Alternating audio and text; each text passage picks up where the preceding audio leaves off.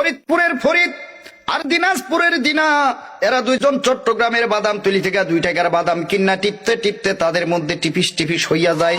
এই দুইজন সিলেটের বিয়ানী বাজার গিয়া চিন্তা করে দুইজনের বিয়া করবে।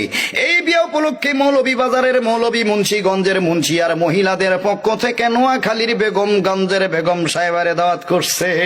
এদিকে ফরিদপুরের ফরিদেই কিছুই নাই, তবে ফেনীর ছাগল নাই আর 2টা ছাগল ছাড়া। এরপরে আর চলাফেরা ছিল চাপাই নবাবগঞ্জের নবাবের মতো। টাঙ্গাইল থেকে একখান তাঁতের শাড়ি, রংপুর থেকে রং, আলতাদিঘি থেকে আলতাইন্না দিনারে বিয়া করে ফলাইছে। এদিকে দিনার বাপ সিরাজগঞ্জের সিরাজে মিয়া ছিল মেলা টাকা পয়সার মালিক, কারণ রংপুরে ছিল তার রঙের ব্যবসার, সুনামগঞ্জে ছিল তার বহুত সুনাম।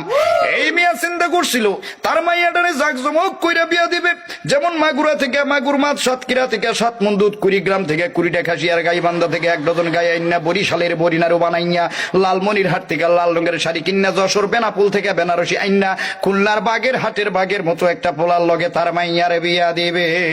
কথা বলেন।